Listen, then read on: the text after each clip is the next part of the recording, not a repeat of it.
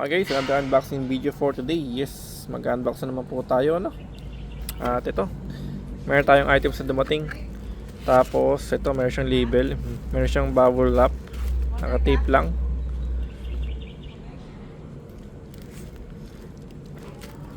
So, check na natin siya, no? And then ano nga pala siya guys, overseas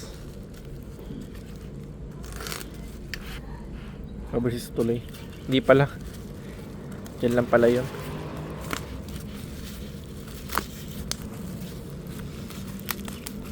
Yeah, overseas nga pala guys, nga pala to.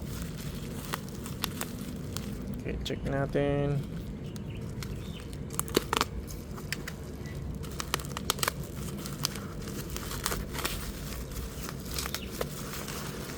Yun. Ayan. So, mayroon po tayo dito Honda genuine parts, no? From Indonesia po siya. So, ilalagay natin sa Honda CB150X to guys. Yan, genuine parts po, no? So, ito yung code nyo, no? Ayan, 17211 K5900, no? So, ang natin dito is yung ano siya. Mayroon siyang foam dito. Ayun. Katulad sa stock lang din. So, tara. Palitan natin siya ng pinaka-filter niya.